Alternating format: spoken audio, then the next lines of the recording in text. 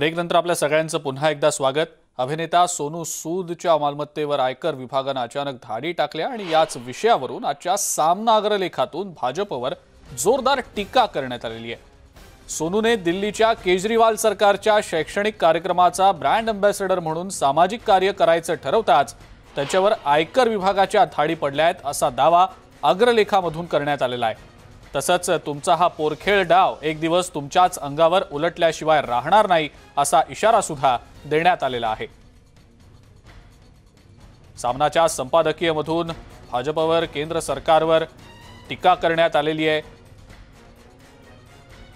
आता सोनूच्या मागे या मथळ्याखाली आजच्या अग्रलेखामध्ये केंद्र सरकारवर टीका करण्यात आलेली आहे। मुद्दा महाराष्ट्राचा मध्ये वेळ झाली आणखीन एका ब्रेकची। बघत रहा न्यूज 18 लोकमत।